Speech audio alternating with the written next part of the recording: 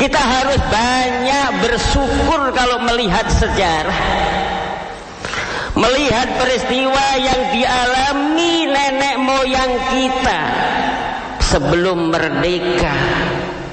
Untuk melakukan ibadah pun sulit. Sholat Jumat seperti ini tidak akan bisa dilakukan pada waktu itu. Untuk datang ke tempat pengajian juga sulit, karena dianggapnya akan menyusun kekuatan, akan memberontak dan seterusnya. Itu pada waktu dulu. Dan sekarang ini sudah bebas. Kita mau mengadakan apapun, yang penting perbuatan atau perkumpulan itu termasuk tidak melanggar hukum, baik melanggar hukum negara ataupun melanggar hukum agama. Tidak ada yang akan melarang. Kaum muslimin yang berbahagia, dan kita harus banyak bersyukur, khususnya kepada Allah Subhanahu wa Ta'ala dan umumnya kepada para pejuang-pejuang yang telah memperjuangkan negara ini menjadi merdeka. Mereka telah mengorbankan jiwanya, hartanya, keluarganya. Tidak ada orang pada waktu itu yang merasa aman, yang merasa bebas. Bahkan punya apapun tidak akan merasa memilikinya, dan bekerja pun tidak menikmati hasilnya. Itu pada waktu itu.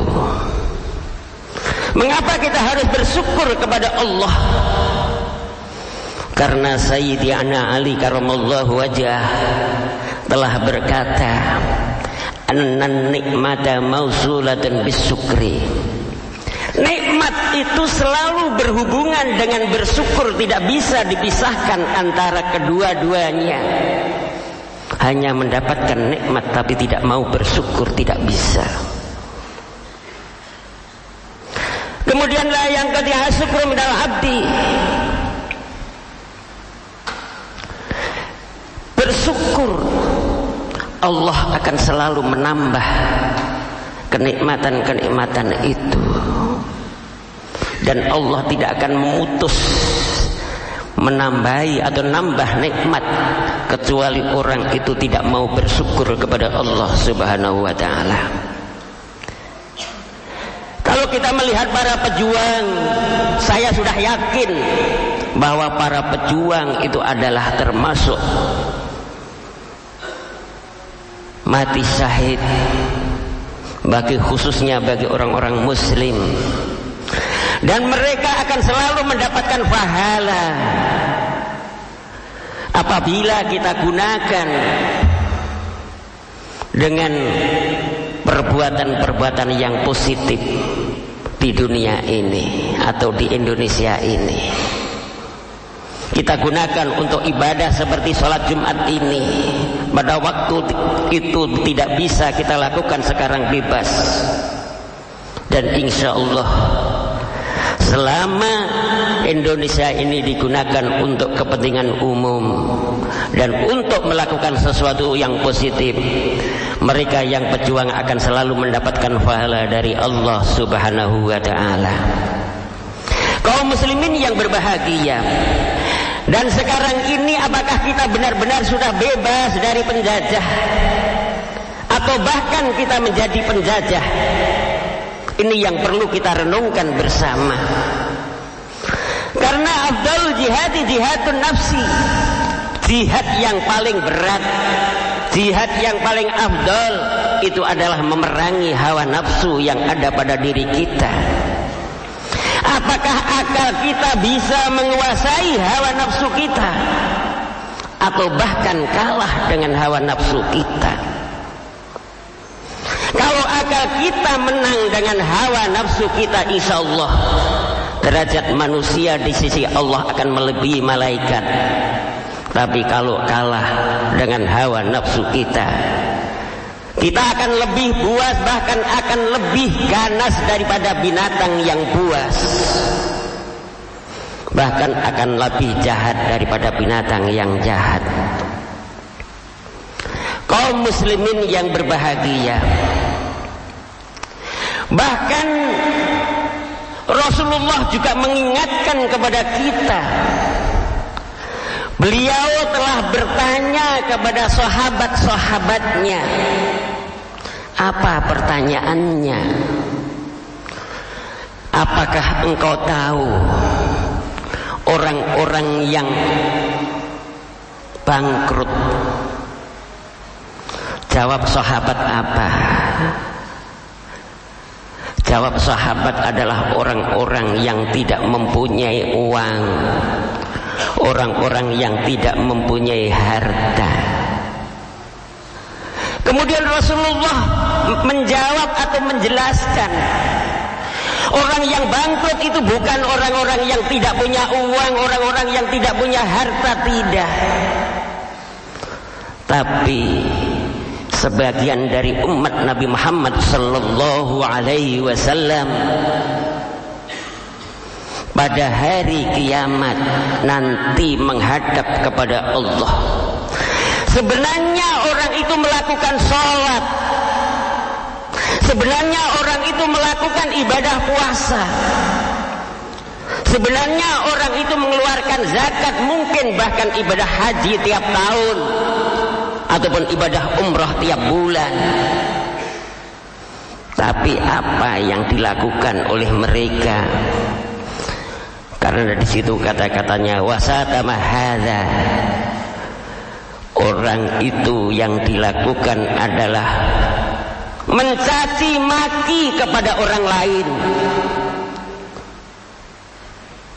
Kemudian termasuk orang yang menuduh kepada orang lain, menuduh dengan perbuatan-perbuatan yang tidak ia lakukan.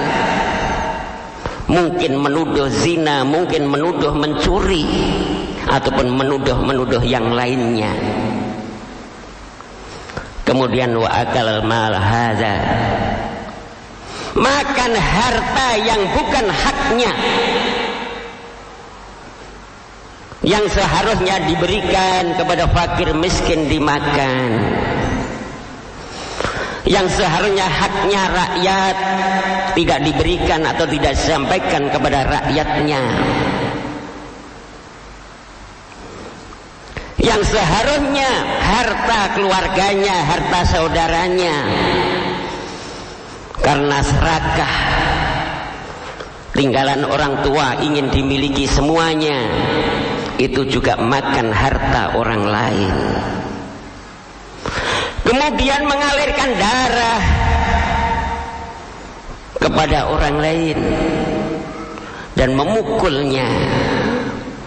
Ini termasuk perbuatan-perbuatan yang akan menyebabkan orang itu bangkrut di hadapan Allah Subhanahu wa ta'ala pada hari kiamat nanti. Dan orang yang berbuat seperti itu nanti pahala ibadah-ibadahnya akan diberikan orang-orang yang disakitinya,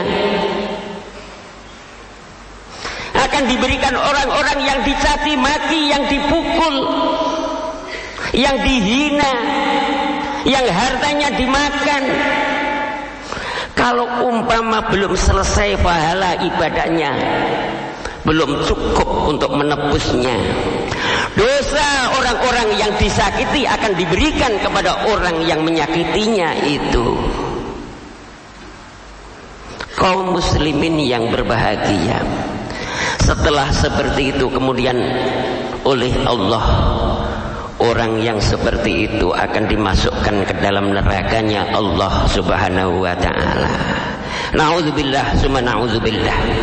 Kaum muslimin yang berbahagia, kita sudah diperintahkan oleh Allah dalam surat An-Nisa ayat 36 yang dalam mukadimah tadi telah saya bacakan. Setelah kita berbakti kepada Allah dan tidak menyekutukan dengan sesuatu apapun kepada Allah Subhanahu wa ta'ala, kita diperintahkan oleh Allah untuk berbuat baik kepada kedua orang tua kita. Setelah itu kita diperintahkan oleh Allah untuk berbuat baik kepada saudara-saudara kita. kepada anak yatim, kepada fakir miskin, kepada tetangga yang dekat, kepada tetangga yang jauh, kepada ibnu sabil atau kepada teman sejawat, teman bekerja, kepada ibnu sabil, orang yang bepergian jauh kehabisan bekal, dan kepada budak hamba sahaya. Itu merupakan perintah Allah Subhanahu wa ta'ala. Kalau sekarang ini maksudnya budak hamba sahaya tidak ada. Kalau kita mempunyai jabatan, kita baik terhadap bawahannya. Kalau kita mempunyai perusahaan, baik dengan karyawannya. Kalau kita menjadi kepala rumah tangga, kita baik terhadap orang-orang yang di bawah kita atau anak-anak kita dan saudara-saudara kita. Karena apa? Innallaha la yuhibbu man kana muhtalan fakhura. Allah tidak suka kepada orang-orang yang sombong dan orang-orang yang membanggakan diri. Kaum muslimin yang berbahagia. Dan Rasulullah pun juga berpesan kepada kita, ahsin ila man ahsana ilaika wa ahsin ila man asya'a alaika. Berbuat baiklah kepada orang yang telah berbuat jahat kepadamu, dan berbuat baiklah kepada orang yang telah berbuat baik kepadamu. Kalau yang pertama itu sulit kita lakukan, tapi oleh Rasulullah diperintahkan kepada kita agar kita selalu berbuat baik kepada siapapun, baik itu kepada orang yang telah berbuat baik kepada kita ataupun berbuat baik kepada orang yang telah berbuat jahat kepada kita. Kaum muslimin yang berbahagia, mudah-mudahan khutbah yang singkat ini benar-benar bermanfaat bagi kita semuanya, sehingga kita selalu diringankan oleh Allah untuk menjalankan segala perintahnya dan menjauhi segala larangannya. Kapan-kapan kita dipanggil oleh Allah, mudah-mudahan selalu diberi titel husnul khotimah. Anak cucu kita sampai akhir zaman mudah-mudahan selalu dijadikan anak cucu yang solih-solihah, berbakti kepada Allah dan Rasulnya, berbakti kepada kedua orang tuanya, dan berbakti kepada nusa dan bangsanya.